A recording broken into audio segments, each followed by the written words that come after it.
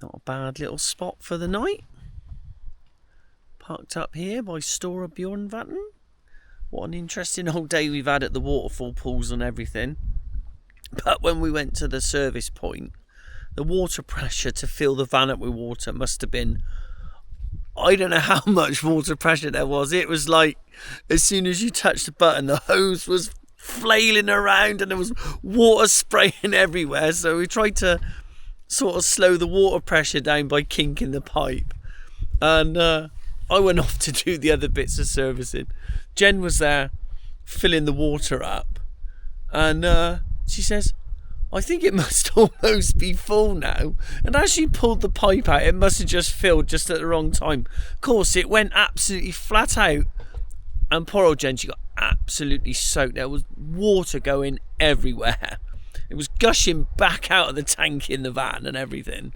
So that was fine. But then the sender on the gauge said it was had 1 bar of water, like 10 litres. It was like, well, that can't be right. So we filled up the spare container just in case, knowing damn well that it must be completely full.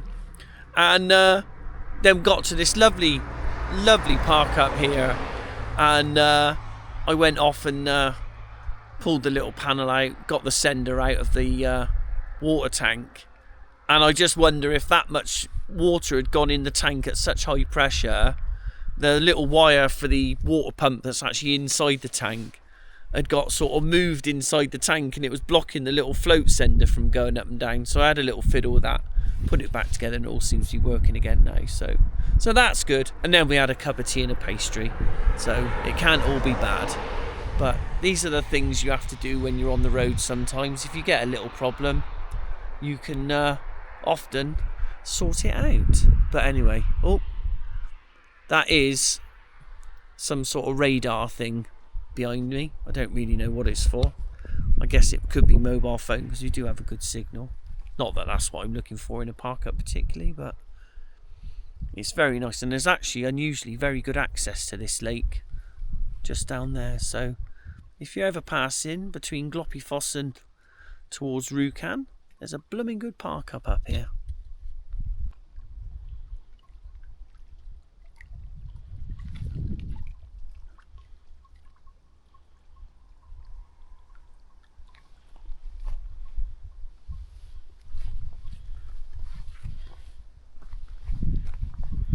Great access to the old lake, and it's literally, 20 paces back up to where we're parked. Absolutely nothing to it, is there really?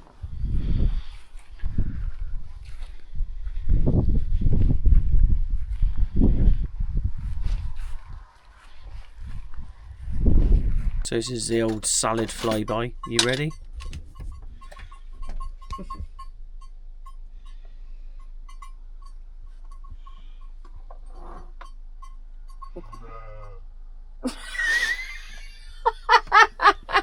Oh, that wasn't me. We've actually got sheep as neighbours. I mean, come on. It's just today is a good day. How you doing? Good. I mean, let's just walk up the road, shall we? Yeah, why not? It's always a bit of fun, isn't it? See what you find. Yeah. Oh, it's actually somebody lives there, do they? Better not go bother them. Just when you think there's no one around, there's always a little house or a little cabin somewhere, isn't there? Yeah.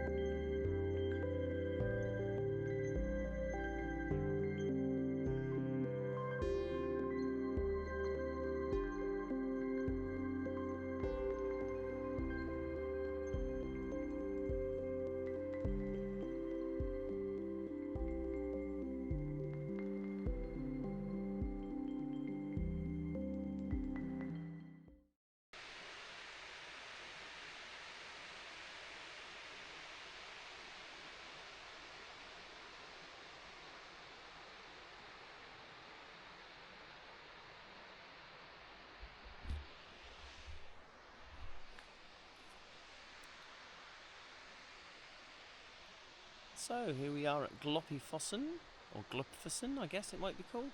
It's the highest free-flowing waterfall in southern, or this part of southern Norway. I haven't got the height of it right here, but if you can see, I don't want to go much closer to the edge because it's literally a sheer drop.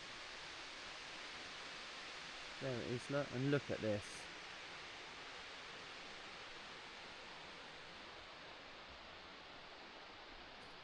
And just for reference, as you can see, we are literally fighting off the crowds this morning. 8:30 in the morning. Absolutely beautiful.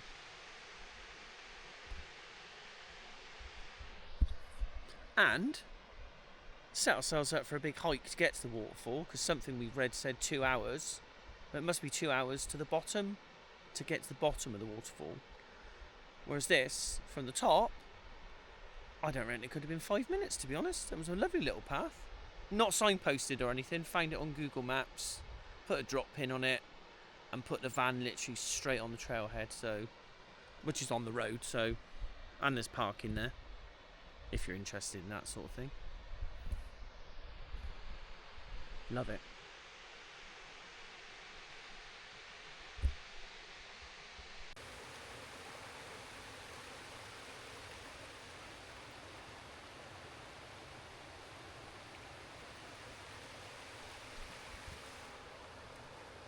So this is Edlandsfossen.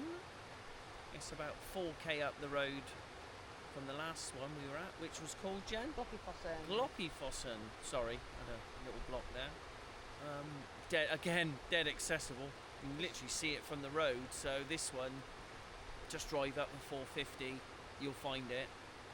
It's absolutely gorgeous. Look at this.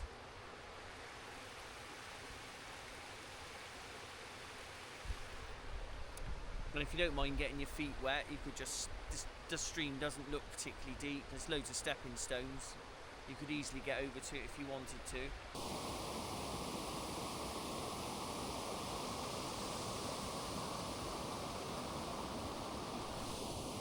Well, that was worth the scramble to get out here. Just found a little path and just started following it. And it looked impenetrable, but it's actually quite easy.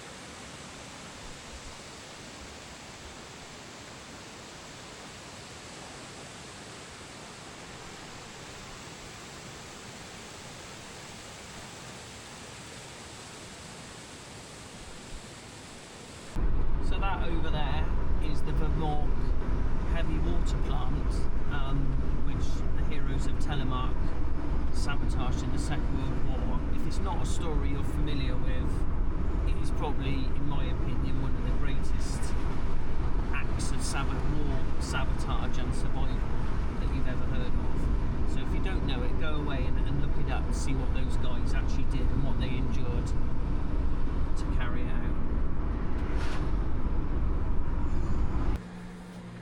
So we've just pulled into Sandviken camping. We've stayed here before. It's on the shores of Lake Tinnsjå, which I'll show you there. It's a lovely spot. We stayed here back in 22. Can't remember quite how many nights, maybe 2-3 nights perhaps. We've booked in for 3 nights, so Friday through to Monday. Mainly because we kind of wanted to put our feet down somewhere. It's due to be hot for the next couple of days. So it's always nice to get your ground sheet and your tables and chairs out and have a bit more room to spread out. That said, we've pulled in and it's sign out saying it's full, so I don't quite know how it's going to go. It is a good launch here though for the boat. We can get the inflatable canoe in the water, go off paddling and find some peace and quiet. It's a good swimming lake as well, albeit last time we were here it was absolutely Baltic, really cold. Hopefully it's warmed up a little bit, but it is quite a large lake, this one. So we'll see. He's gone in to check us in, find out where we're pitching. I'm hoping we're in this central area here, where it's a little bit less hemmed in. There is all parking all down there as well, down that end. So yeah, we parked on this central bit before, which was nice. But it is what it is. We've paid our money, we've taken our choice. It's 450 NOK a night, so that's probably about 38 quid, something like that. Not including electric. I think electric was an extra 50 a night, so about 4 quid or so. We've decided not to, we don't need it here. Plenty of solar hopefully, and they've got showers and everything. So anyway, it'll be what it'll be. We've paid our money, we've taken our choice. Yeah, I mean, some of you might think it's a bit of an odd thing to do when there's so much lovely free, and yeah, to a degree, it's a fair point. But just sometimes it's just nice to put your feet down somewhere, get all your stuff out, not worry about where you're going to park each and every night. So we'll probably do this for the 3 we're booked in for, and then we'll be ready to go back on the road again. So yeah, anyway, check in later.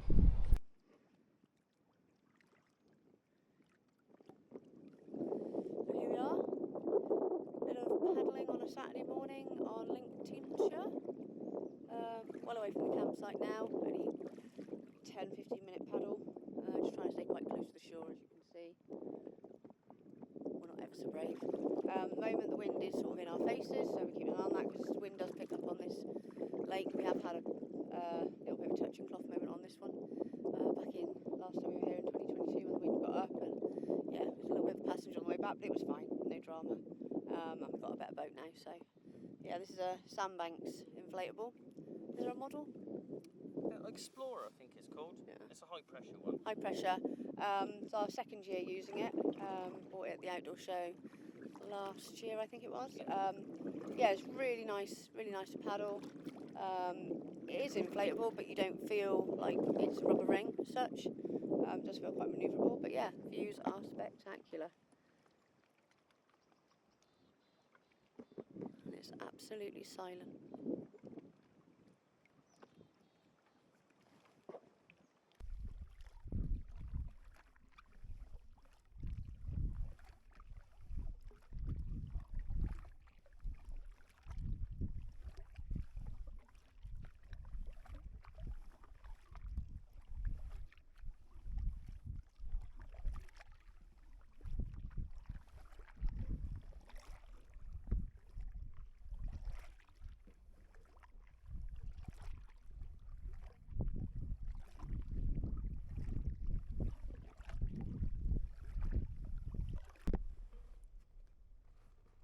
Floating tea stop coming up.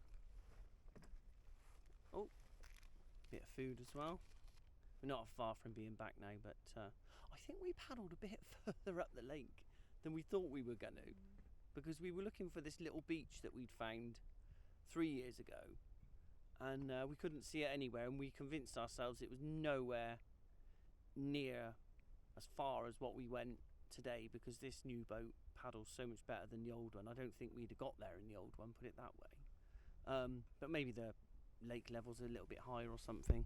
So anyway, we did find a nice spot, but now there's nowhere really to stop on the way back, so we're just having a floating cup of tea, a bit of food, and I don't know, it'll be about half an hour paddle back, I expect, so we should be good for that.